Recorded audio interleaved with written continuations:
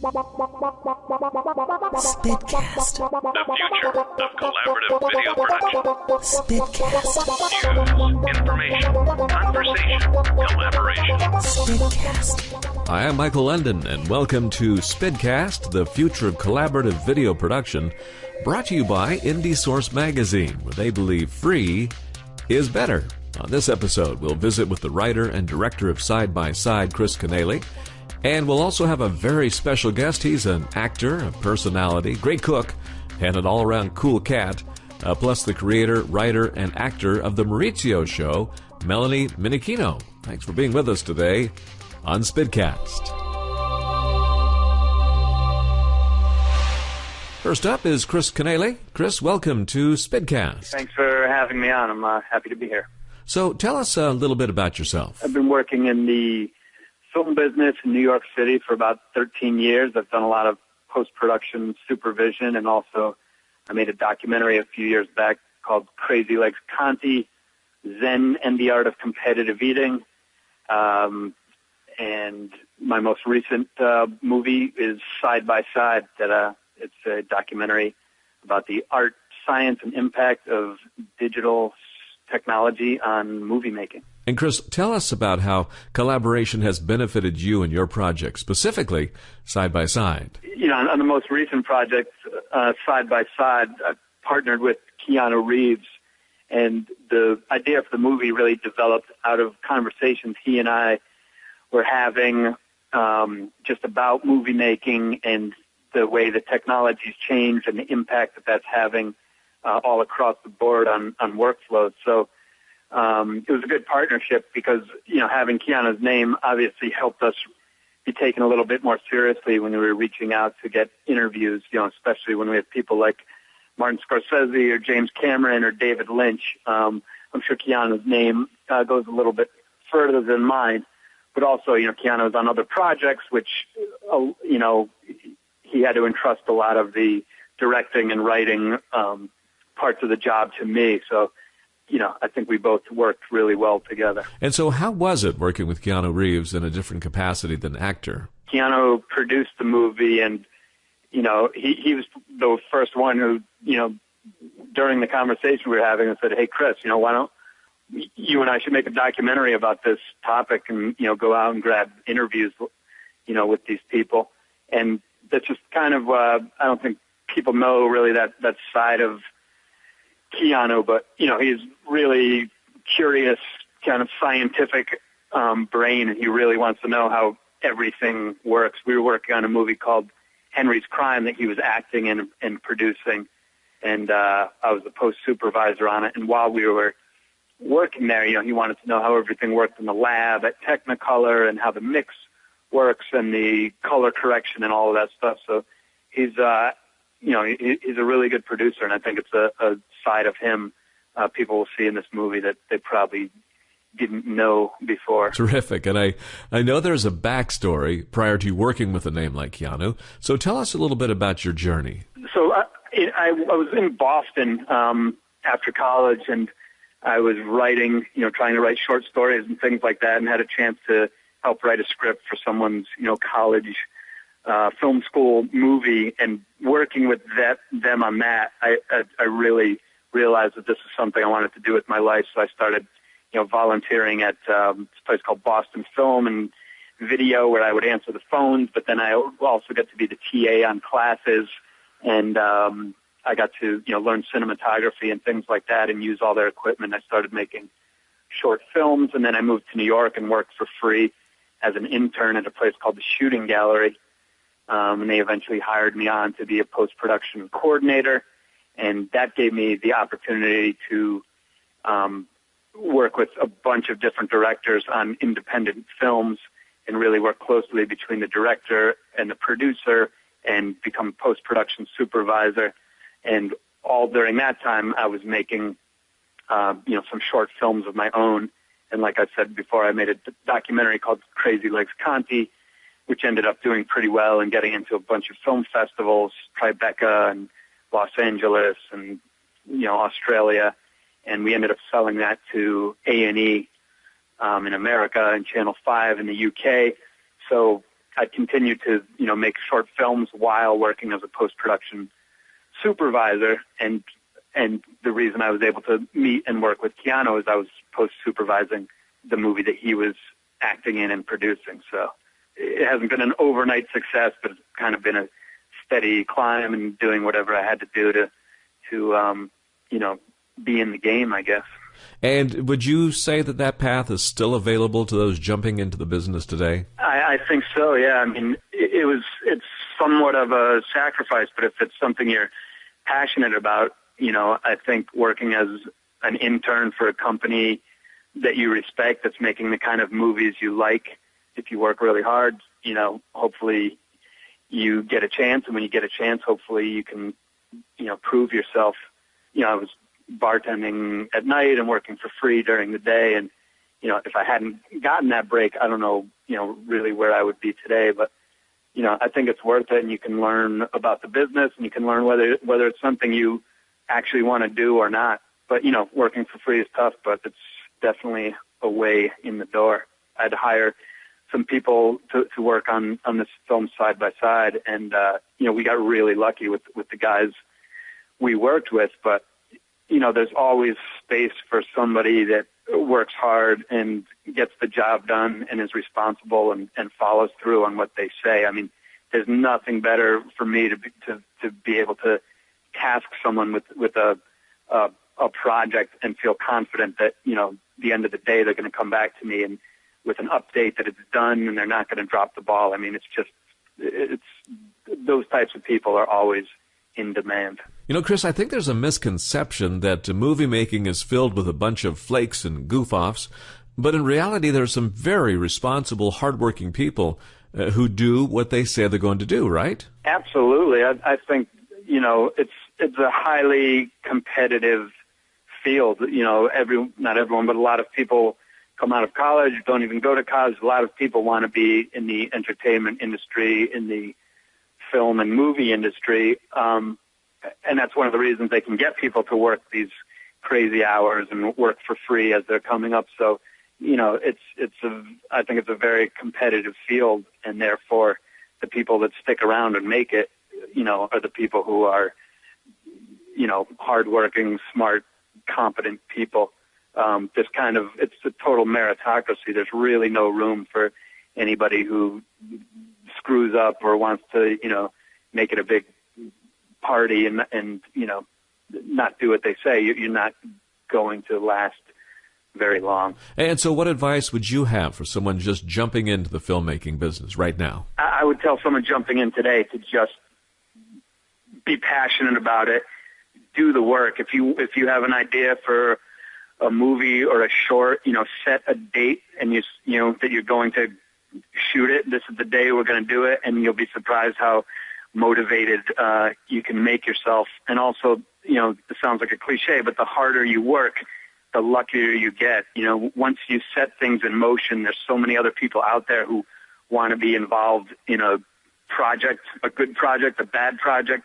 It doesn't matter. People, once they see that you're serious, you have a little thing that you want to shoot, you have an idea, you have a camera, people will jump in and help you. Sometimes very professional people, everyone's looking for a good project. It's not always, facilities aren't always looking to make a bunch of money. Sometimes it's exciting to work with a young person who's passionate and has an idea. And it doesn't matter if you make mistakes or it comes out like crap. That's part of the process. And it, when you're making mistakes, you're learning. And as long as you're out there doing it, you're going to get better and better. And then when someone comes along, like in my case, like Keanu, hey, he saw that I had made a documentary before. He got a chance to watch that, and I think that's why he approached me. If I hadn't been kind of in the trenches all those years, still trying to make shorts and learning the craft, I might not have been in a position where someone would actually put their trust in me for a bigger project. So, just go out there and do it and enjoy it while you're doing it, and, good things will happen to you if you work hard. So where can we see some of your stuff, Chris? The Crazy Legs documentary, I believe, is on Netflix, and Side by Side should be in a bunch of film festivals this summer all around the world in the United States. And then in August, there'll be a kind of a limited theatrical release, I believe, and then a big VOD on cable, video on demand. And then, some of the other movies I've post-supervised, I'm sure they're on Netflix and places like that. Excellent. So, Chris, someone listening to this podcast today will say to someone else, hey, I just heard this, and it's a great piece of advice. Give us some great words of wisdom. my great words of wisdom that I want to be remembered by? I guess, work hard and have a positive attitude and be responsible and really try to enjoy what you're doing. It just makes the work better, and it makes life better for you and everybody. Chris, thank you so much for joining us today on Spidcast. Thanks. I feel like I just gave a motivational speech, so that was fun. Spidcast, brought to you by Indie Source Magazine, the fastest-growing independent filmmaker resource and the only free publication of its kind. Their mission is to bring you not only stories of the industry's highly celebrated, but also stories and insights from players in all areas of the media creation process. At IndieSource, they believe free is better, and we agree. Visit them at indiesourcemag.com. Spidcast. We continue now with a special guest. He has his own web series. Welcome, Maurizio. Before we start, I have a question. What is this podcast? I'm on the radio right now, or I'm on television? Well, actually, you are on television without the pictures. Oh, good, because I get so worried, because I dress all up so nice right now for you, but I realize you don't see me, right? Maurizio, I can assure our audience that you are a very, very handsome fellow. Yeah, right now I wear really nice suit, Mascolino shoes. You'll love these. And I'm making a sauce right now, so if I seem a little distracted, don't worry, I make the sauce. Well, then that takes us to another topic. Is it sauce or is it gravy? See, this is the problem. Gravy, you will never call this gravy. In Italy, we call la salsa. Got it, la salsa. Sometimes, American Italian call it gravy. It's okay. And as long as it tastes good, it's fine with me. Well, yeah, that's fine with me, too. So tell us a bit about your story, Maurizio. I come from Italy. I moved here to United States to go to Juilliard. I'm a piano player. You did not know? I play the piano very nice. And I meet my wife, Nanette. She beautiful. She have a beautiful leg. This lady, she beautiful. So I stay here, United States, because this country has so much to offer, like a grills. Like, you grill on Sunday time, Americans grill, or the hamburger, I love this. And you get the best deals, United States. So they decided to do a show about me. I don't know why. But I'm very happy about this. As well you should be. And I hear that your show is based on true stories, all things that have happened to you, is that right? Yeah, these things... If you watch the season, one episode I play soccer and I lose one ball. But this happened, it's true. One time I play so hard, I lose the ball. So now I take good care of the one I have left, if you know what I mean, right? So this happened in my life. And, for example, in another episode, I make a deal with the car dealership, I go lower and he go higher, and then I go even lower. But this is how Italians, we like to make the best deal. But I don't understand. Everybody love this show. They make a big deal. But all Italians like this. All Italians like this. So in Italy, this is normal. You know what I mean? So wait a second now. You're trying to make a deal for the car. Are you a Ferrari man or a Lamborghini man? Oh, you know what? I tell you what I really love. Alfa Romeo. You know this car? Yes, absolutely. Yeah, this is my favorite car. The two-seater Spider Alfa Romeo. It's the best car. I love this car. Yeah, that works for me. So where do you see your series headed in the future? Well, you want to know the truth. I probably see Maurizio series coming to like a big TV station, like HBO original series. It'd be like Maurizio show, and then it'd be me, the star, with all my friends. Also, I see in the future all the ladies love Maurizio, Oh, sorry. My wife, she's listening. Saw in the net. You know, they look but not touch. Look, but no touch. A good policy, I'd say. So, Maurizio, I hear you had an interesting experience at the LA Web Series Festival. Oh, yeah, you know, I go because I don't know if I win an award, if I don't. I just want to have a good time. So they asked Maurizio to be on this panel for women in a web series. And they get confused when I show up because I'm not a woman. But it's okay because I make everybody laugh. I was running around all over the place having a good time. And everybody loves Maurizio. You know, everybody get a kick out of me. They laugh. We have a good time. We won 2 big awards. We won the Best Comedy Web Series and the Best Actress in a Comedy Web Series. Again, I'm confused why they say actress, but it's okay because it's an award. Well, congratulations on that. And tell us about the other stuff. Hold on a minute, I forgot. I have la salsa on the stove. Oh, mannaggia la miseria, ho dimenticato la salsa, è bruciato. I'm sorry, I have to go to check on the salsa right now. I think you know what, I passed the phone over to my daughter, Melanie, okay? I come back, okay? Okay, Maurizio, take care now. Ciao. Here, take the phone, Mel. Hello? Melanie. Hi, Michael. Thanks for having me on. You are quite welcome.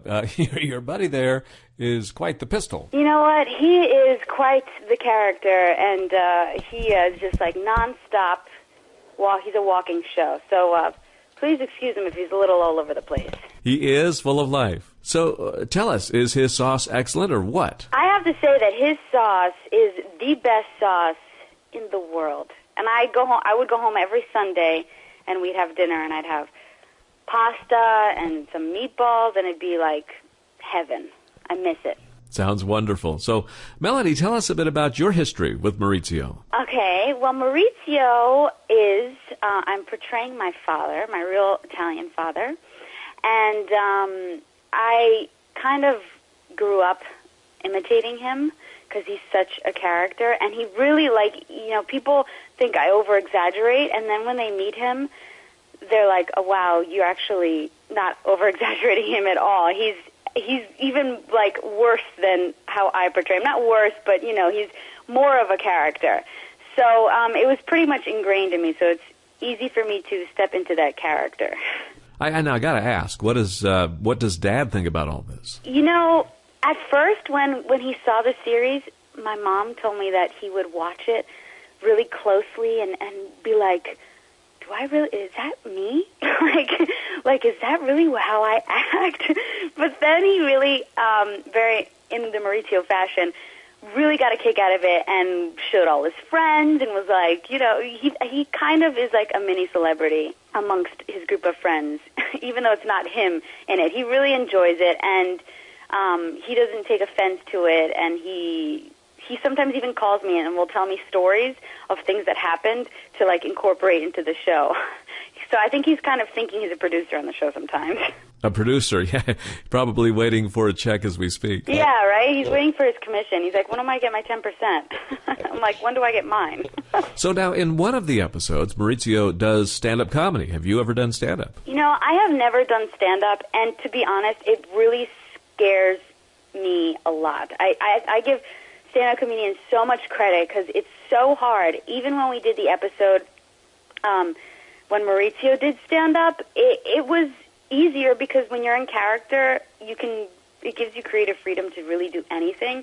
But it's still really hard because it's just you up there, and everyone's just sitting there and waiting for you to make them laugh. So it really scares me. Maybe one day I'll attempt it, but I don't know.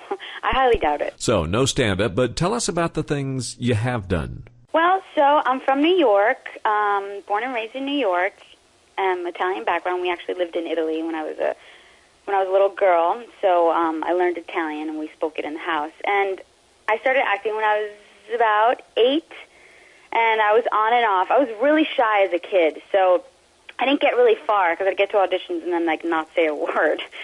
So I didn't get hired a lot. But then I started acting again after high school, and I was doing pretty well in New York. I did, the New York shows, The Sopranos and Law and Order, and things like that. And then I started doing voiceovers, which I kind of totally fell into. And I auditioned for the promo voice of the Disney Junior channel. from New York, and I got it. And I had to move to L.A. for it, which was really hard for me because, my family and friends were all in New York. But I did it. I took the plunge. I figured, what's so bad about going to L.A. with a job? So I came here, and I've been here for about 2 years now. And we started the Maurizio Show, I'd say, about a year ago, and we've have 14 episodes, and it's got a lot of really good press, and it's opened a lot of doors for me. So that's kind of where I'm at now. Very cool. And you know what? There is still a huge fan base, so please tell us, what did we see you as on The Sopranos? Oh, I was actually in the very last episode, which was so cool to be in the last episode. I was actually in the last casting session that they ever had for The Sopranos. And I played Bobby Bacala. If you watch the show, you know who he is, his niece. And, at the end he dies. So if you didn't watch it, sorry, you should have watched it. But he dies, and I'm at his funeral, and I have a scene with everyone, Meadow and AJ, and it was really cool. It was really cool to be there for the last episode, too, because everyone was, really emotional, and it was just a really cool experience. Oh, man, what a wonderful experience to be part of that filmmaking history. Yeah, it really, really was. And David Chase directed us, and it was really cool. So, Melanie, share with us a bit about you venturing into the online video world. Well, when I first got to L.A., everyone has been doing web series for a really long time. And my manager, Dan Katoya, was like, I really want you to do something and showcase your comedy because no one knows that you're funny. He introduced me to another partner of his, which is Brian Belenkoff, who shoots and edits the Maurizio Show. And we had a little meeting, and I had this idea for a while to play my father, just because I just knew it so well. And we were like, you know what? Let's just start shooting. Just me and Brian. We would write an episode. We would not really write out the episode, but write the plot points. Write the arc, and then kind of just improvise from there. Because I found that improvising was much easier for me, and we found a lot more of the gold from improvising. And we just literally the next week started shooting and started going in public and being like, let's try this in public. And because there's a big public element to most episodes that we shoot, kind of like hidden camera style. And we were pleasantly surprised with what came out. I mean, I didn't know. I didn't know if it was going to be a total disaster or if it was going to be a real success. And it turned out to be really funny, and people seem to really, really like Maurizio. He's a really endearing character. He is indeed that.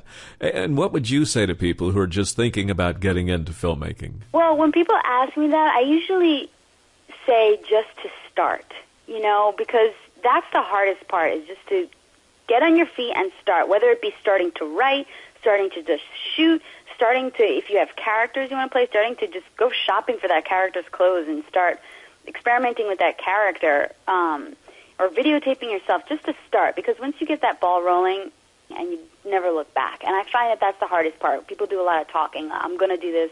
I'm going to try this. I think this is a good idea. And if you just do it, you can find out what works and what doesn't work. Great advice, Melanie.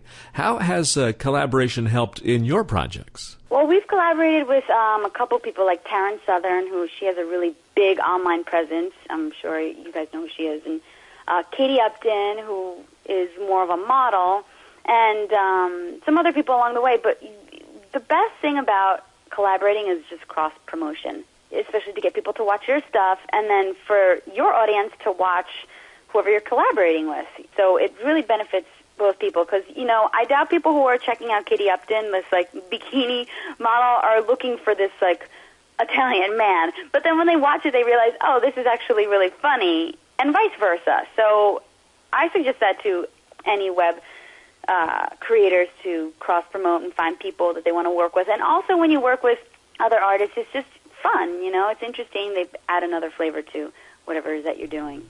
And tell us about some things you have coming up. I just did an episode of Kung Fu Panda, which is a cartoon. Right now I know they have the movie, but I just did an episode. I play a snow leopard. And we're also developing a couple other web series. One web series where I play a Latina singer who's ready to drop her single. So that is something that we're working on. And then another web series that's I can't really talk about too much about it because we haven't released a lot of information, but I'll be playing lots of different characters, probably like about 10 characters, and that also will have another kind of public hidden camera element to it as well. So you can look out for that. All right, chance to give a little shameless plug here. Where can we see all things Melanie? Oh, well, you can see all things Melanie. You can go to, I have a website. It's melanieminikino.com, and you can see what's going on. You can also see the Maurizio Show at themauritioshow.com as well. And on those sites, there's Twitter and Facebook links to all that, and you can check that out. Melanie Minikino, thank you for joining us today on Spidcast. Thank you so much. Oh, you know what? Actually, Maurizio is looking at me right now. He's like giving me a look that he wants to say goodbye. Can you hold on a second? I'm going to give the phone to him. Absolutely.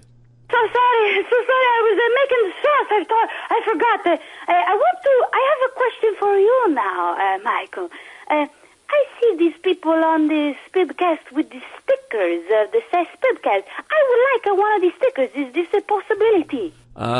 Yes. I usually trade stickers for pasta dinners, though. Ha! You are a very smart man. Okay, I give you this. You come over here, I make you a nice pasta, maybe a little salsiccia, bolognese, I don't know. Also, I give you the secret, okay? But only between you and me, okay? Well, that's an offer I can't refuse. Maurizio, thank you so much for joining us today on Spidcast. No, thank you very much. I'm so excited to hear this, to see myself on TV. TV without pictures. Oh, yeah, that's right. Okay, that's right. I forget. Yeah, I'm so excited. Thanks for listening to our Spidcast show. We appreciate your time and attention. You can now join the conversation at spidvid.com or on our SpidVid blog. And you can join our collaborative filmmaking community at spidvid.com.